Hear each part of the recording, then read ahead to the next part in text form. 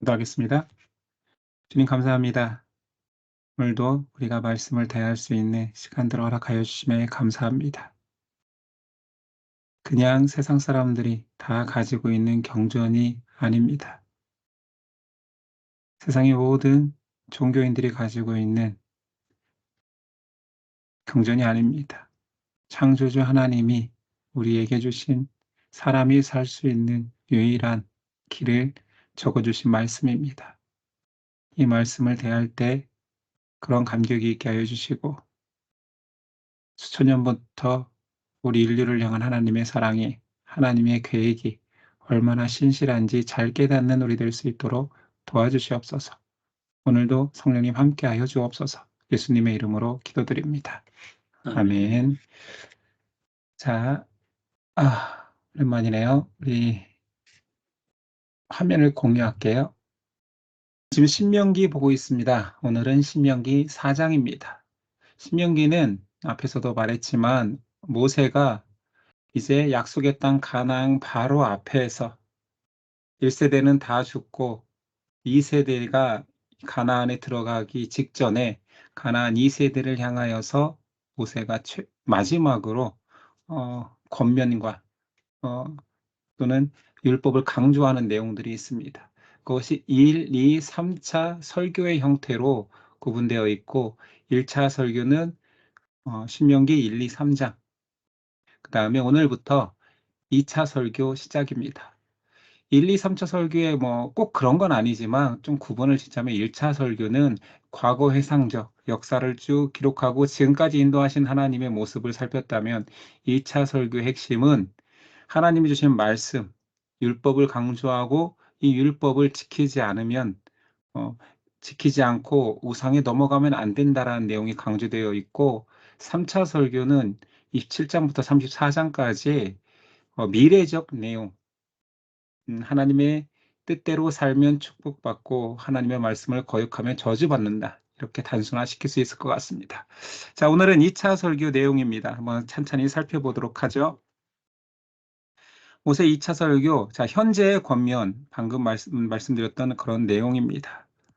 이스라엘아, 이제 내가 너에게 가르치는 규례와 법도, 이게 율법이죠. 듣고 준행하라. 그러면 너희가 살 것이요 너희 조상의 하나님 여호와께서 너희에게 주시는 땅에 들어가서 그것을 얻게 되리라. 내가 너희에게 명령하는 말을 너희는 가감하지 말고 내가 너희에게 내리는 너희 하나님 여호와의 명령을 지키라. 그 명령이 율법입니다. 율법을 지켜 행하라가 2차 설교의 핵심입니다. 자, 5, 8절 계속 읽을게요. 내가 나의 하나님 여호와께서 명령하신 대로 규례와 법도를 너희에게 가르쳤나니 이는 너희가 들어가서 기업으로 차지할 땅에서 그대로 행하게 하려 함인즉 너희는 지켜 행하라. 이것이 여러 민족 앞에서 너희의 지혜요 너희의 지식이라. 그들이 이 모든 규례를 듣고 이르기를 큰 나라 사람은 과연 지혜와 지식이 있는 백성이로다 하리라. 우리 하나님 여호와께서 우리가 그에게 기도할 때마다 우리에게 가까이 하심과 같이 그 신이 가까이 함을 얻은 큰 나라가 어디 있느냐? 오늘 내가 너희에게 선포하는 이 율법과 같이 그 규례와 법도가 공의로운 큰 나라가 어디 있느냐라고 하면서 하나님의 말씀을 가진 자들이 지혜자요 지식을 가진 자며 그 백성이 큰 자임을 강조하고 있습니다.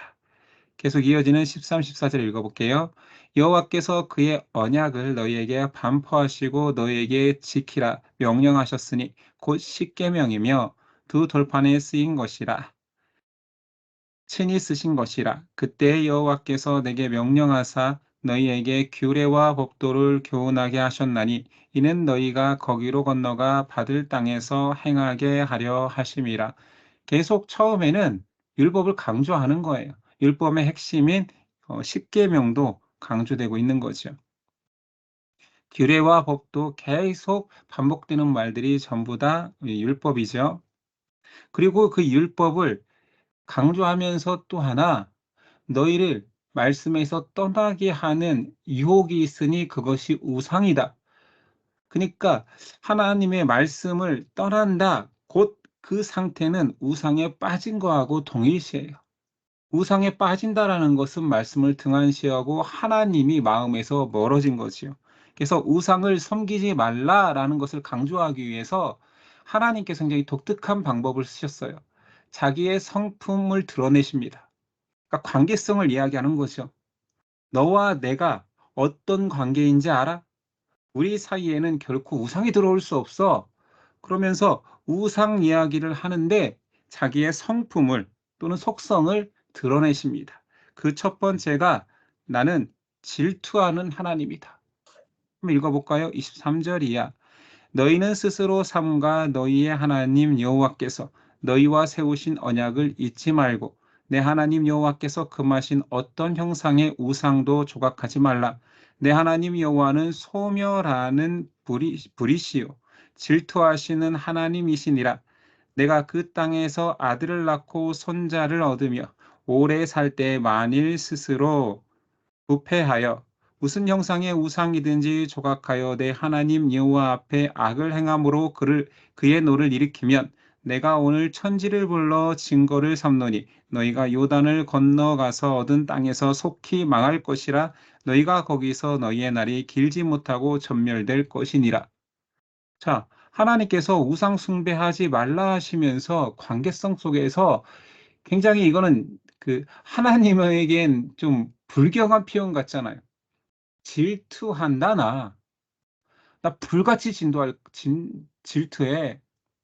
이건 꼭 사람의 속성 같잖아요.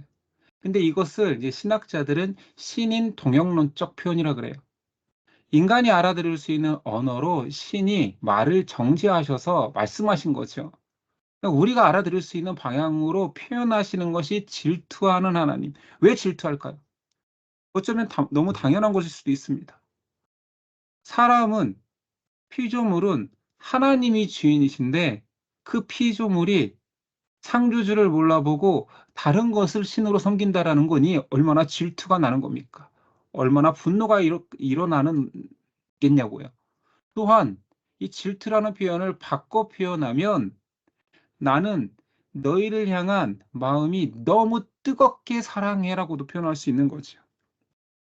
그러니까 이 질투하는 하나님은 창조주 하나님이시기 때문에 할 수 있는 표현이고 또한 사랑의 하나님이기 때문에 나타나는 말인 거예요. 나 우상을 섬기는 우상과 사랑에 빠진 너희 질투할 거야. 그러니까 나쁜 표현이 아닌 거죠. 우리가 막 시기하고 이런 표현하고는 좀 다른 차원의 질투하는 하나님이심을 자신을 그렇게 드러내시면서 우상에서 떠나라 첫 번째 말씀하시고요. 두 번째는 자, 우상 숭배하지 말라 하시면서 이번에는 자비하신 하나님. 첫 번째 속성하고 오히려 반대인 것 같잖아요. 한번 읽어볼까요? 29절이야. 그러나 내가 거기서 내 하나님 여호와를 찾게 되리니 만일 마음을 다하고 뜻을 다하여 그를 찾으면 만나리라. 이 모든 일이 내게 임하여 환난을 당하다가 끝날에 내가 내 하나님 여호와께로 돌아와서 그의 말씀을 청종하리니 내 하나님 여호와는 자비하신 하나님이심이라. 그가 너를 버리지 아니하시며 너를 멸하지 아니하시며 내 조상들에게 맹세하신 언약을 잊지 아니하리라.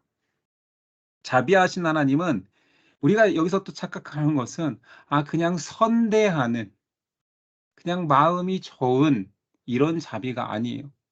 지금 여기서 자신을 표현하는 것은 우상과의 관계를 비교하기 위함이라고 했잖아요. 창조주의 자비하심은 그가 부르면 만나 주시는 하나님이라는 거죠. 네가 나를 찾으면 만나리라. 이게 하나님의 자비입니다. 먼 데 있어서 통치하는 것이 아니라 우상은 결코 선대하는 것 같지만 너에게 복을 주고 좋은 것을 주고 형통하게 하는 것 같지만 우상은 결코 네가 필요로 할 때 정작 창조주가 필요할 때 나타날 수 없다. 나는 자비한 하나님이야. 너가 만나기를 원하면 만나 주신다. 이건 거죠. 그의 말을 들으신대요. 하나님께서 청종한대요. 이거는 사람이 창조주의 음성에 청종해야 되는 거잖아요. 그런데 갈급하고 원하고 바라면 창조주께서 피조물의 음성에 귀 기울이신대요. 그러니 자비하신 하나님이지. 그리고 버리지 않는데요. 약속하신 구원의 약속을 잊지 않으신대요. 이것이 하나님의 자비성입니다. 그냥 선대하고 복 주시고 비나이다 비나이다 하면 주는 것은 우연이든 뭐 여러 가지 뭐 관계성 속에서 좋은 일이 일어나고 그런 것을 자비라고 하지 않은 거죠. 약속한 것을 주시고 부르면 응답할 수 있는 살아계신 하나님이 자비하신 하나님일 수 있습니다. 그 결론과 같은 것이 유일하신 하나님임을 강조하는 거죠. 지금 계속 우상과의 관계를 비교하면서 말하고 있는 것입니다. 세 번째 하나님이 자신이 유일하신 하나님임을 드러내는 거죠. 39절 이하 그런즉 너는 오늘 위로 하늘에나 아래로 땅에 오직 여호와는 하나님이시요 다른 신은 없는 줄을 알아 명심하고 오늘 내가 내게 명령하는 여호와의 규례와 명령을 지키라. 너와 내 후손이 복을 받아 내 하나님 여호와께서 내게 주시는 땅에서 한없이 오래 살리라. 결국은 율법은 계속 우상과 직결되어 있습니다. 이스라엘 백성이 율법 안에 거하여 있지 않으면 예수님의 그 신약의 그 귀신 비유하고 똑같죠. 귀신 들린 자가 귀신이 쫓아내어서 깨끗하게 청소된 상태의 그 영혼이라면 성령이 들어와 하나님의 지배를 받아야 되는데 하나님의 지배를 받지 않으면 어떻게 된다고요? 오히려 소재된 집에 7 귀신이 또다시 들어온대요. 하나님의 말씀이 없으면 그것이 우상 숭배입니다. 빈 집일 수가 없는 상태인 거예요. 그래서 계속 율법을 강조하고 말씀과 규례와 명령 안에 있어라. 그 밖에 있으면 너희는 소재된 집이라 할지라도 지금 당장 우상을 섬기지 않는다 할지라도 언제든지 우상의 집이 된다. 이것들을 계속 하나님과의 관계성 속에서 설명하고 있습니다. 자, 그리고 4장 밑에 부분에는 우리가 잘 알고 있는 도피성, 6개의 도피성 기억나시죠? 이 이스라엘의 모든 지파, 12지파 가운데 가나안 땅에 들어가면 지파별로 이렇게 땅을 분배하는데 레위 지파는 땅이 없다 그랬잖아요. 그러나 레위 지파는 모든 지파에 속해서 레위인에게는 48 성읍을 주어라.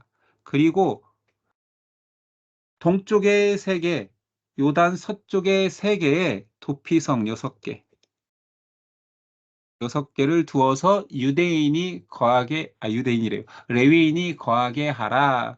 그것 또한 여기에서는 설명되어 있지 않지만 그들이 하나님의 말씀과 하나님의 제사를 돕는 자들로 어디 있든지 너희는 그 말씀을 기억하게 하는 자들과 함께 살라라는 의미입니다. 42절, 43절. 이는 과거에 원한이 없이 부지 중에 살인한 자가 그곳으로 도피하게 하기 위함이며, 기억나십니까? 도피성에 가는 사람들은 물론 레위인이 살고 있지만 거기에 마련한 도피성에 들어가는 사람들은 부지 중에 살인한 자들이 도망쳐서 들어가는 거죠. 재판받아 부지 중에 실수로 죽였음을 인정받으면 도피성에 살고 고의로 사람을 죽였으면 물론 율법에 의해서 처형을 당합니다. 그러나 사람들이 도망갈 수 있는 그 도피성을 가나안 땅 6곳에 분배되어 있으니 그 중에 한 성읍으로 도피한 자가 그의 생명을 보존하게 하기 위함이라. 하나는 광야 평원에 있는 이것은 요단 동편, 지금 요단 동편 땅에 있는 도피성 3개를 말하는 거예요. 자, 베셀이라는 루벤 지파를 위한 것이요 하나는 길르안 라못이라 하여 갓 지파를 위한 것이요 하나는 바산 골란이라 하여 므낫세를 위한 것이라. 요단 동편에 루벤, 갓, 므낫세 반 지파가 살잖아요. 그 지파에 하나씩 도피성을 둡니다. 자, 그래서 이 도피성의 이름을 암기팁을 넣는데 여러분들이 이것만 읽으면 결코 이해 못해요. 자, 도피성에는 최대한 빨리 살인을 부지중에 저질렀을 때 자기의 그 고의 살인이 아님을 증명하기 위해서 도피성으로 도망쳐야 되잖아요. 어떻게 도망쳐야 되냐면 여긴 요단 동편이에요. 요단강에 정말 쏜살같이 물을 가로질러 도망가지 않으면 친족들이 눈에는 눈, 이에는 이. 그래서 살인해도 되는 거예요. 만약에 친족들이 도피성에 도망가기 전에 만나서 그를 죽이면 그 죽인 사람들은 보복한 사람들은 죄가 없어요. 그러니까 쏜살같이 도망가야 되는데 어떻게 도망가야 되냐면 좀 유치해도 들어주십시오. 발로 물을 베어서 빨리 도망가야 되니까 발길로 베어 물 갈러. 자, 이거 말이 안 되지만 어떻게 만든 거냐면 보세요. 이쪽이잖아요. 이게 문하세 땅입니다. 즉, 그 동쪽에 집화를 허락받은 세 지파 반이에요. 문하세, 그 다음에 르벤, 아니, 갓 지파죠, 여기가. 갓, 르벤입니다. 그래서 이 첫 글자로 그냥 말을 한번 만들어 본 거예요. 바산, 골란, 길르안, 라못, 베셀이잖아요. 그래서 바산, 골란, 발, 길르안, 나몰, 길, 빨리 발길을 빨리 물을 베어서 물 갈러. 말 안 되죠. 그러나 이게 안 헤어질 것 같은데 여러분 나중에 이것만 떠오릅니다. 다른 건 잘 안 떠오를 수도 있어요. 바산골란도 안 떠오르고 길르앗 뭐지 라못이었나 뭐. 그런데 발길 베어 물갈러 무간르 이건 생각나요. 유치하지만 한번 해볼게요. 바산골란을 줄여서 발, 길, 베어, 여기서 하면 요나강을 빨리 도망쳐야 될 거 아니에요. 발길 베어 물 갈러. 됐어요? 그러니까 이거를 이상하게 꼬이게 외우면 안 돼요. 이렇게 순서도 이렇게 외우면 안 돼. 꼬이면 안 돼. 순서대로 위에서부터는 제일 위에 있던 게 발이야 발, 바산골란, 길란나무, 배, 발길 베어 그 땅 이름이 물, 갈, 러, 발길 베어 물 갈러. 이게 외워지는지 안 외워지는지 여러분들이 한 10번 정도만 입에 붙이면 발길 베어 물 갈러? 이게 뭔지 모르겠지만 왜 내가 외우고 있지? 이런 신비한 경험을 하게 돼요. 그게 도피성 이름이라는 거. 발길 베어 물을 가르기 때문에 동편 땅에 있는 됐죠? 발길 베어 물갈러. 이 물갈러가 무간르예요.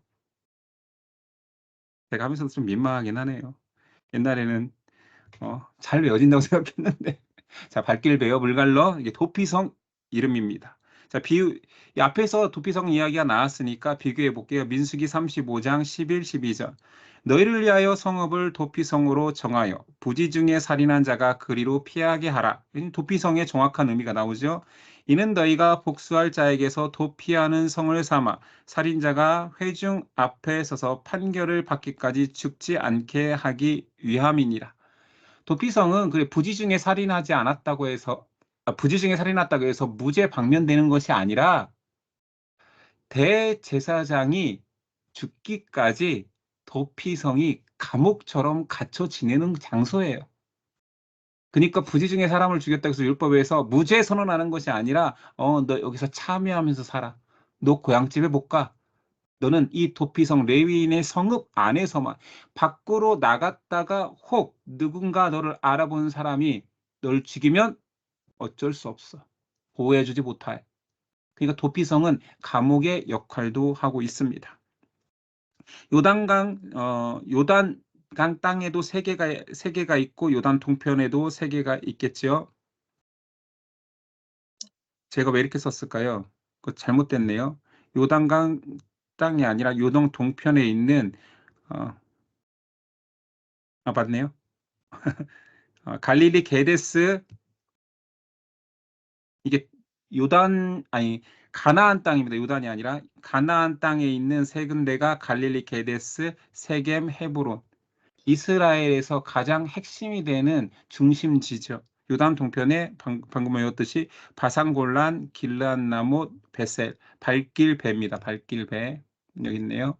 자, 동편에는 갈릴리 게데스, 서편에는 가나안 땅에는 세겜, 헤브론 다 지울게요. 발길 베고 물갈러, 바산골란, 길르앗 라못, 베셀. 사실은 요단 동편 땅이 잘 안 외워져요. 왜 그러냐면 중요한 지명은 아니거든요. 이 이게 도피성이기 때문에 중요한 지명처럼 여겨지는 거지 외워보는 거지 정작 중요한 것은 세겜, 헤브론 이런 데가 사실은 이스라엘 가나안 땅에 들어온 이스라엘의 중요 지명 중에 하나죠. 자, 이제 5장으로 가겠습니다. 율법을 계속 강조하고 있으니 당연히 십계명이 한 번 더 반복되겠죠. 십계명은 앞에 출애굽기 20장에서도 나왔습니다. 십계명 내용은 다 아니까요. 여기 강조되는 강조점을 한 번만 더 빨리 집어보고 가죠.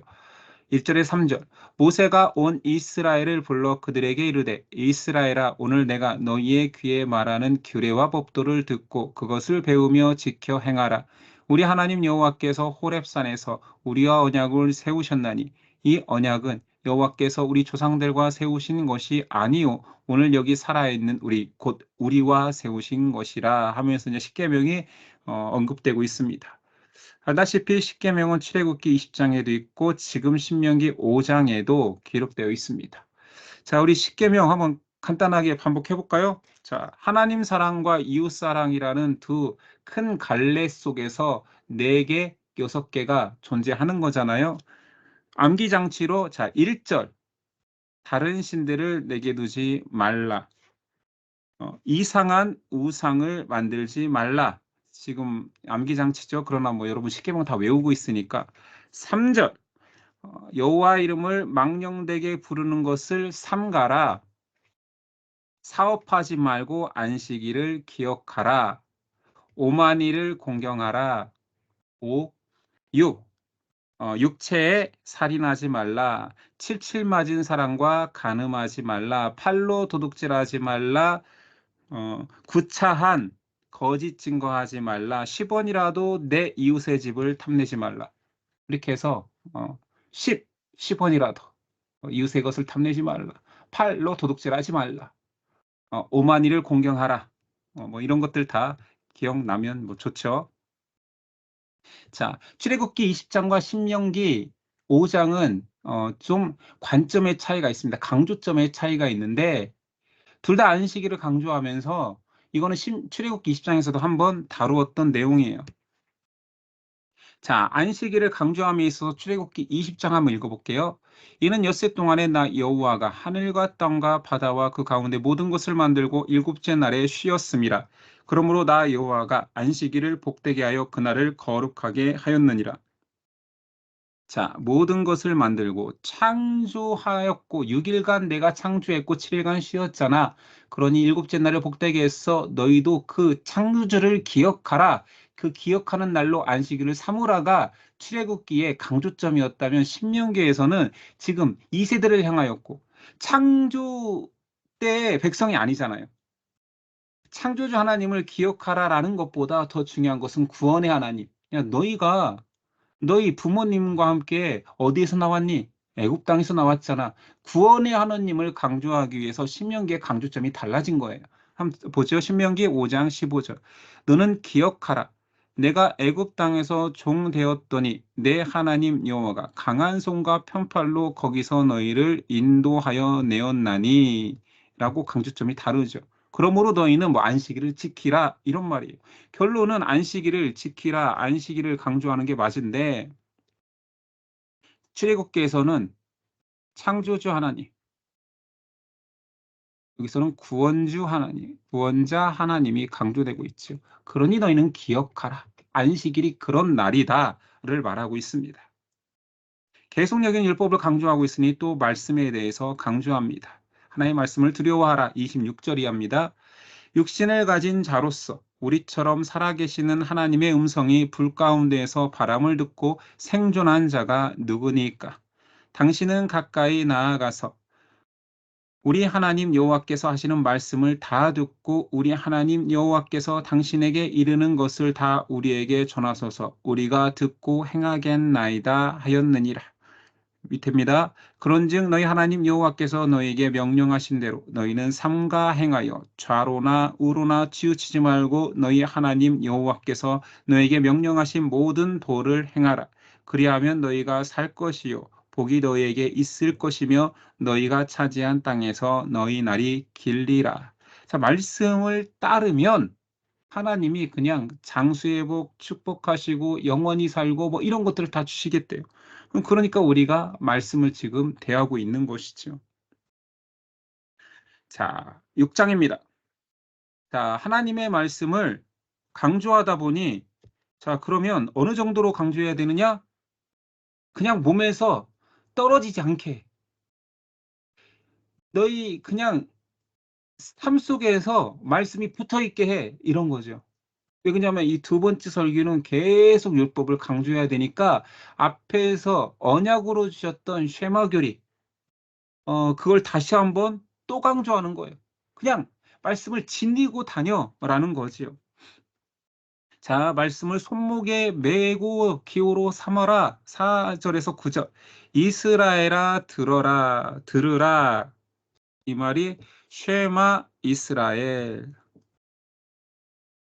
히브리어 쉐마 이스라엘 이렇게 시작하는 이 말씀 때문에 그래서 이 말씀을 몸에 붙이고 문설주에 붙이고 이런 것들을 이름을 붙이기를 들으라 이스라엘아로 시작했기 때문에 이것을 쉐마 교리라고 말한 거예요. 쉐마는 들으라예요. 들으라. 그러나 이 말씀을 지니고 다녀야 되기 때문에 이 말씀을 순종해야지 그래서 쉐마 교리를 만드는 거예요. 이스라엘을 들으라 쉐마 이스라엘 시작되는 말이 이렇습니다. 우리 하나님 여호와는 오직 유일한 여호와시니 너는 마음을 다하고 뜻을 다하고 힘을 다하여 내 하나님 여호와를 사랑하라. 오늘 내가 내게 명하는 이 말씀을 너는 내 마음에 새기고 내 자녀에게 부지런히 가르치며 집에 앉았을 때든지 길을 갈 때든지 누워 있을 때든지 일어날 때든지 이 말씀을 강론할 것이며 너는 또 그것을 내 손목에 메어 기호를 삼으며 이제 쉐마교리에 이제 디테일한 순종의 내용들이 나오는 거죠. 내 미간에 붙여 표로 삼고 내 집 문설주와 바깥문에 기록할지니라. 그래서 이스라엘 들어라 해서 쉐마 이스라엘이 명칭이 돼서 쉐마 교리가 되었다는 말이 있습니다. 이 쉐마 교리를 대할 때마다 어떤 느낌이 드냐면 좀 우스운 생각인데 현대인들은 이런 것 같아요. 보세요. 너는 항상 지니고 다녀라. 누웠을 때든지 일어날 때든지 길을 갈 때든지 뭐 계속 하고 있는 현대인이 하고 있는 게 뭐예요? 그래서 저는 스마트폰이 어, 꼭 쉐마의 자리를 대체한 느낌이에요. 아이들부터 어른까지 할 것 없이 어디를 가든지 자든지 일어나든지 핸드폰과 함께 하잖아요. 물론 핸드폰을 통해서 말씀을 본다면 순종하는 것이 되겠지만 그 정도로 가까이 하는 것이 사랑하는 거죠. 어디를 가든지 함께하고 잠깐이라도 떼어놓지 않으려 하고 쉐마 교리를 생각하면 단순히 손목에 타라 이마에 붙여라가 중요한 게 아니라 가까이 하라. 너무 좋아서 한순간도 놓지 말아라. 이것이 쉐마 교리입니다. 자, 유대인들이 만든 쉐마 교리로서의 내용은 어떤 것이냐? 유래는 당연히 출애굽기 13장과 민수기 15장과 오늘 말씀 신명기 6장과 신명기 11장에 계속 강조되는데 그들이 손목과 그다음에 이마와 집에 붙이는 내용은 이건 거예요. 두 개가 들어가요.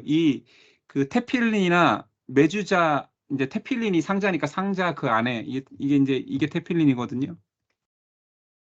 이걸 테필린이라고 해요. 이 부분과 이마 이 상자가 있고 이 손목엔 나오지가 않았네요. 여기 있네요. 뭐 여기에 맨 거. 이 상자 안에 뭐가 있느냐? 하나님 말씀이 들어가 있어요. 그냥 두 가지 말씀이 들어가 있는데 하나는 이 출애굽기 13장 그 도입부 이스라엘에 들으라고 시작하는 출애굽기 13장 이것이 한 가지가 들어갑니다. 첫 번째 한 가지가 이 말씀이 들어가고 또 한 가지는 이 밑에 있는 순종과 불순종의 이 경고의 말씀이 들어가. 이게 두 번째가 들어가. 두 번째네. 첫 번째, 두 번째 그랬어야 되는데 첫 번째는 이게 들어가고요. 이 짧은 말씀이 가는 거예요.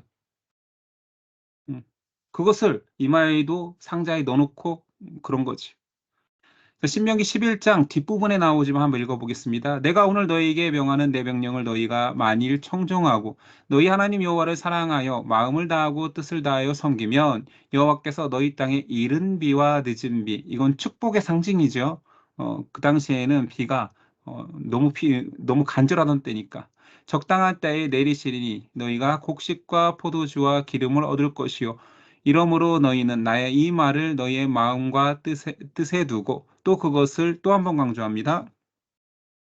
너희의 손목에 메어 기호로 삼고 너희 미간에 붙여 표를 삼으며 또 그것을 너희 자녀들에게 가르치며 집에 앉았을 때에든지 길을 갈 때에든지 누워 있을 때에든지 일어날 때에든지 이 말씀을 강론하고 내 집 문설주와 바깥문에 기록하라.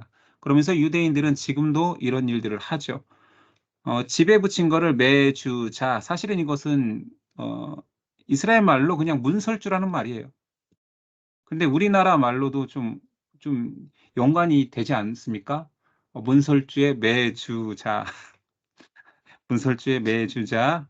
사실 문설주에 붙이는 거지 매는 건 아니지만 테필린이 이제 매는 거예요. 이마와 손목에. 이것은 사람들이 착각하기 쉬워요. 물론 사람이 연약하기 때문에 이스라엘 사람들도 똑같을 것 같아요. 우리 전통에도 과거 이런 거 있잖아요. 문 인방에 뭔가를 붙이고 부적. 사람의 몸에도 중요한 뭐 이런 부적 같은 거를 붙이는 뭐 옛날 그 우상 숭배가 있잖아요, 우리도. 그러니까 이 쉐마교리를 우상처럼 바꾸기도 해요. 이 의미가 진정한 의미는 말씀을 자든지 깨든지 일어나든지 어디 가든지 뭐 항상 가까이 하라라는 의미지 부적처럼 지니고 다리라는 의미가 아니잖아요. 근데 현대 교회는 말씀을 가까이 한다라고 뭐 새해에 말씀 뽑기, 1년의 말씀으로 물론 그 좋은 의미가 없는 건 아니에요. 말씀을 붙들고 한 줄 1년을 살아간다라는 뭐 좋은 의미도 있죠. 그것이 계기가 되어서 오늘 쉐마처럼 더욱더 말씀을 가까이 해야겠다라고 하면 좋지만 그게 부족이 되어서 붙이고만 다니면 복 받고 이 말씀을 새해 첫 말씀으로 주셨으니 올해는 이것이 이루어질 거야라고 말씀을 하나님을 가까이 하지 않고 그 부정만 가까이 한다라면 그건 말 그대로 우상 숭배가 될 수도 있습니다. 그러니까 이것은 부적이 아니에요. 써 놓으십시오. 쉐마는 부적이 아니다. 부적이 아니다. 이것은 은혜를 기억하는 장치예요. 은혜 기억 장치죠. 도구죠. 말씀을 기억하는 장치입니다. 현대적으로 말하면 사실은 이 쉐마를 순종한다라는 것은 어디 뭐 액자로 말씀을 써서 붙여 놓고 눈에 띄게 하고 그런 게 아니라 사실은 지금 우리가 하고 있는 행동인 거죠. 성경 통독. 이게 쉐마 교리를 지키는 하나의 말씀에 순종하는 거잖아요. 또 뭘까요? 큐티. 성경 공부. 어? 갈 집을 갈 때든지 누워 있을 때든지 일어나든지 이 말씀을 강론하고 이게 성경 공부 아니겠어요? 단순히 부족이 아니라 그렇게 하나님의 말씀을 계속 배우려고 해라. 이해가 다 되지 않든 통독을 해라. 큐티를 해라. 성경 공부를 해라. 그러면 우상이 멀리할 것이며 하나님을 가까이 하고 그가 하나님의 말씀을 대할 때마다 하나님의 이름을 부르고 하나님의 성품을 배워갈 때마다 하나님을 부르는 거잖아. 그러면 내가 자비의 하나님이니 너에게 다가가리라. 네가 부르면 만나 주리라. 다 연결되잖아요. 그러면서 쉐마 테필린 안에 들어있는 말씀 또 하나를 한번 보겠습니다. 순종과 불순종의 경고가 들어 있습니다. 자, 순종하면 10절이야. 내 하나님 여호와께서 내 조상 아브라함과 이삭과 야곱을 향하여 내게 주리라 맹세하신 땅으로 너를 들어가게 하시고 내가 건축하지 아니한 크고 아름다운 성읍을 얻게 하시며 내가 채우지 아니한 아름다운 물건을 가득한 집을 얻게 하시며 내가 파지 아니한 우물을 차지하게 하시며 내가 심지 아니한 포도원과 감람나무를 차지하게 하사 내게 배불리 먹게 하실 때에 순종하면 그냥 네 열심으로 얻어지는 수확이 아니라 그냥 어딘가에서 그냥 주어지는 은혜로밖에 설명이 되지 않는 은혜의 수학을 갖게 하겠다라는 거예요. 하나님이 역사하겠다라는 거지요. 그러면서 잊지 말라 12절이야. 너는 조심하여 너를 애굽 땅 종 되었던 집에서 인도하여 내신 여호와를 잊지 말고 내 하나님 여호와를 경외하며 그를 섬기며 그의 이름으로 맹세할 것이니라. 라고 기억하라 했고 이제 마지막 불순종에 대해서도 경고합니다. 15, 16절. 너희 중에 계신 너희의 하나님 여호와는 질투하는 하나님인즉 너희는 하나님 여호와께서 내게 진노하사 너를 지면에서 멸절시키실까 두려워하노라. 너희가 마사에서 시험한 것 같이 너희 하나님 여호와를 시험하지 말고. 마사 기억나죠? 마사 무리바 물 사건이 있었잖아요. 그 다음에 그 장소가 아말렉이었는데 물 달라고 불평하다가 마사 반석을 쳐서, 이건 모세에게 이 출애굽 사건입니다. 반석을 쳐서 물을 내라 했던 그곳이에요. 반석을 명하여 물을 내라 했던 사건이 아니라 첫 번째 사건인 거죠. 거기서 마사 시험하다라는 뜻의 뜻이었죠. 마사 시험하다, 무리바 다투다. 그래서 이 르비딤에서 있었던 사건을 마사 무리바라고 이름을 했었죠. 그리고 이 말씀은 예수님께서 인용하신 말씀입니다. 너희 하나님 여호와를 시험하지 말라.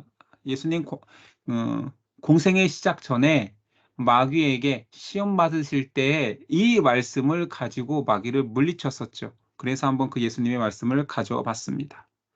자, 예수님 광야 마귀 시험 대처 말씀 중에 하나입니다. 마귀가 돌을 떡이 되게 하라 했을 때 신명기 8장 3절 사람이 떡으로만 사는 것이 아니요 여호와 입에서 나오는 모든 말씀으로 사는 줄을 내게 알게 하려 하심이라. 또한 높은 곳에 데려가 뛰어내리라 했을 때 하나님 여호와를 시험하지 말고, 여기서 오늘 말씀이 이제 사용된 것이죠. 그리고 자신에게 경배하라 했을 때 내 하나님 여호와를 경외하며 그를 섬기라 라고 해서 이 말씀이 오늘 인용되었다라는 것을 이야기하는 것이고요. 자, 사람의 의로움이라는 주제를 잠깐 넣습니다. 이것은 제가 그냥 질문으로 넣었지만 답변이 있기 때문에. 자, 사람의 의로움, 그가 도덕적이고 뭔가 남들과 다른 고상한 일을 해서 의롭다는 것은 세상의 그냥 윤리죠. 도덕이죠. 성경은 사람의 의로움을 그렇게 표현하지 않습니다. 하나님의 말씀으로만 의로워집니다. 그러니 하나님 기준에서 세상 사람들의 의로움은 인정받기 힘들지.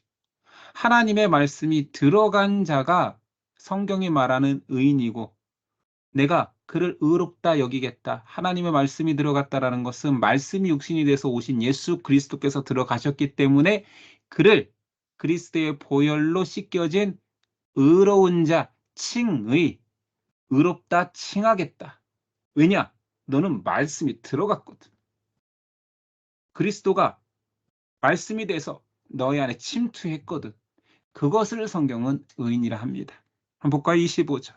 우리가 그 명령하신 대로 이 명령을 우리 하나님 여호와 앞에서 삼가 지키면 그것이 곧 우리의 의로움이라. 복음인 거죠. 가나안 땅에서 우리는 뭐에 이렇게 치우치기 쉽냐면, 아니 가나안 백성들이 원주민 아니야? 아니 그들의 땅을 뺏어놓고 점령해놓고 심지어 진멸하라? 여자들도 아이들도? 이거 좀 이상한데? 그래서 더 나아가서 확장해서 신약의 예수 그리스도와 구약의 하나님은 다른 분인가? 그런 게 아니라는 거예요. 사람의 기준과 성경은 세상 윤리를 말하는 책이 아니라 진리를 말하는 책이에요. 어떻게 하면 사람이 하나님 닮은 의로움으로 하나님 백성 될 수 있는가? 불가능하죠. 율법을 지킬 수 있는 자 없고 아무도 없다. 세상 어느 누구도 아무리 고상한 선을 행하도 자기 목숨을 내어줄지라도 아니야 의인. 그건 내가 만든 창조 질서가 아니야. 내 피조물의 의인됨은 내가 선포한 말씀을 지닌 자, 그 말씀을 믿어 지키는 자가 나는 의로운 자로 칭함받고 내 백성이 되어서 내가 만든 땅, 내가 약속한 땅, 내가 허락한 나라의 주인이 되게 할 거야. 이게 창조 질서인 거죠. 이것이 생각보다 인정이 잘 안 되나 봐요. 제가 사역자로 살면서 청년이든 어른이든 이 질문을 굉장히 뜬금없을 때마다 한 번씩 해요.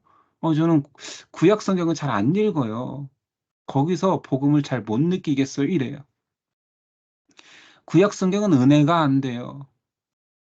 사실은 신약보다 더 구약이 사람을 더 폭로하고 사람을 더 알게 하고 하나님의 은혜를 정말 이렇게까지 구제받기 힘든 사람을 하나님은 구원하시겠다라고 약속하신 건가를 놀랍게 여기게 됩니다. 자, 비교해 볼까요? 신명기 24장 13절. 해질 때에 그 전당물을 반드시 그에게 돌려줄 것이라. 그리하면 그가 그 옷을 입고 자며 너를 위하여 축복하리니 그 일이 하나님 여호와 앞에서 내 공의로움이 되리라. 자, 이거는 도덕 아닙니까? 라고 얘기할 수 있잖아요. 근데 이 모든 것들이 율법을 지키는 자들의 순종을 말하는 거지 도덕적으로 살으라라는 말이 아닌 거고, 또 이 말을 오해해서 그러면 크리스찬들은 도덕적으로 안 살아도 됩니까? 라고 하면 그 사람은 말씀을 또 곡해하는 거죠. 율법 속에 도덕은 포함되어 있고 율법의 핵심은 사람 사랑이잖아요. 사랑을 배제한 모든 계명 하는 척보다 더 고상한 너는 사랑의 본질을 지켜라. 하나님 사랑, 이웃 사랑이 모든 율법의 중심이다 말하는 그 말씀을 아는 사람이 도덕적으로는 살지 않아도 된단 말입니까? 이 말은 그냥 말씀을 잘 모르는 거지요. 무지한 거지요. 자, 로마서 3장 22절입니다. 오늘 말씀 결론이 되겠네요. 곧 예수 그리스도를 믿음으로 말미암아, 우리가 가장 좋아하는 그 믿음이잖아요. 모든 믿는 자에게 미치는 하나님의 의인이 차별이 없느니라. 우리는 이 믿음을 가지고 사는 것입니다. 그렇죠. 우리가 아무 공로 없는 거죠. 자랑할 것도 없고 잘난 척할 것도 없고 높아질 것도 없고 비참해질 것도 없고 가진 자인데요. 뭘요? 믿음을 가진 자잖아요. 모든 것을 가진 자입니다. 이것을 구약 때부터 가나안에 들어가는 이 세대들에게 지금 말하고 있는 거예요. 모세가. 가나안에 들어가서 니네 하나님만 믿고 그 하나님이 말씀하신 율법만 붙들면 다 주신단다. 다 주신단다. 안 믿어지냐? 다 주신대.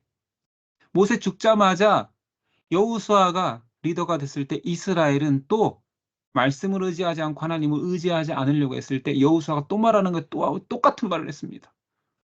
니네 뭐야? 모세가 없어졌다고 지금 가나안 땅이 전쟁 좀 해서 이겼다고 니네 또 마음대로 살려고 그래? 가려면 가. 다 떠나.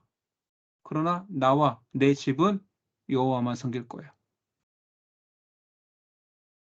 이 내용이 계속 반복되는 거예요. 구약 이스라엘 역사 전체에서 반복되는 거예요.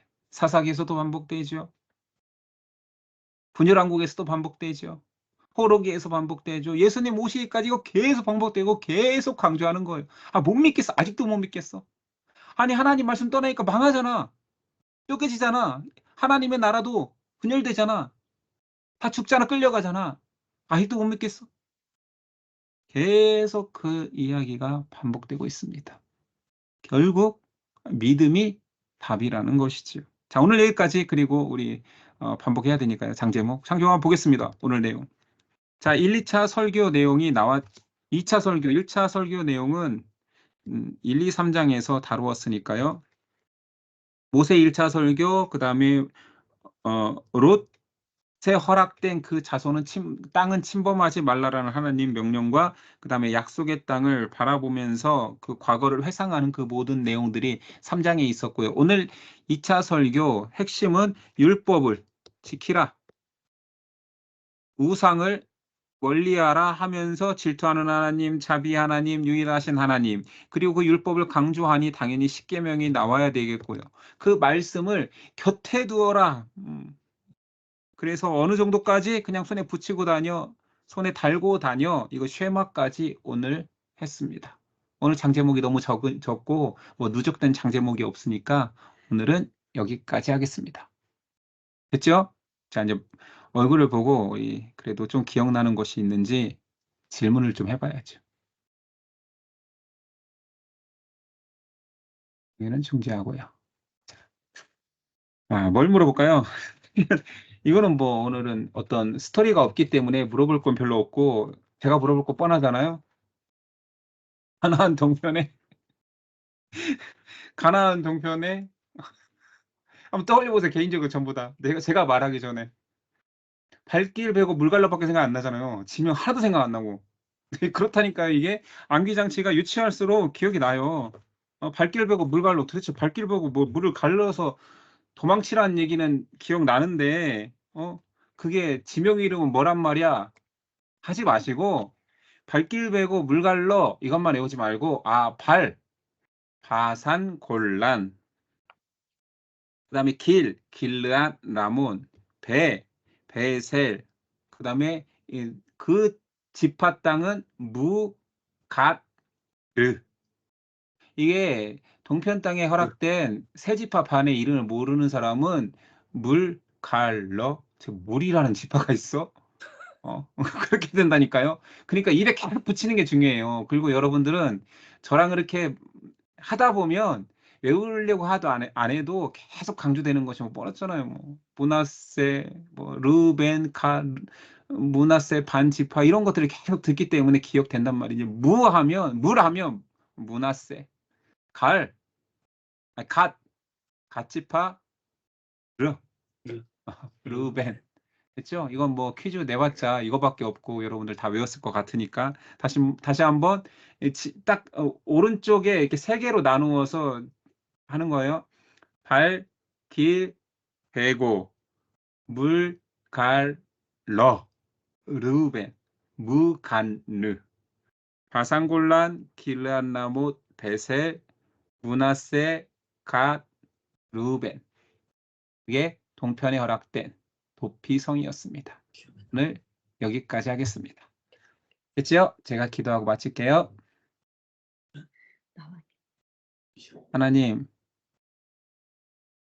모세의 유언과 같은 신명기를 보고 있습니다.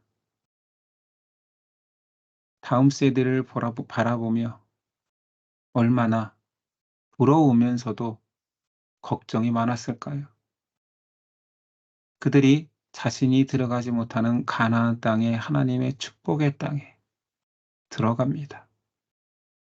그러나 그곳에서 또한 유혹받고 우상 숭배에 하나님을 떠날까 봐 두려워하고 있습니다. 우리의 상태가 그렇지 않습니까? 하나님의 백성의 정체성을 가지고 살아가지만 세상을 버타여 살고 있기에 유혹받고 우상에 넘어지고 소재된 집처럼 우상이 말씀이 없는 우리에게 침투될 때가 얼마나 많습니까? 쉐마교리가 우리를 살리는 명령처럼 우리가 말씀을 가까이 하고 말씀을 보고 또 보고 상고하여서 하나님을 우리가 하나님 옆에 항상 붙어 있는 연습을 잘할 수 있는 우리 되도록 도와주시옵소서. 오늘도 말씀에 밀착하여서 이런 시간을 참여케 하신 하나님께 감사하오며 예수님의 이름으로 기도드렸습니다. 아멘.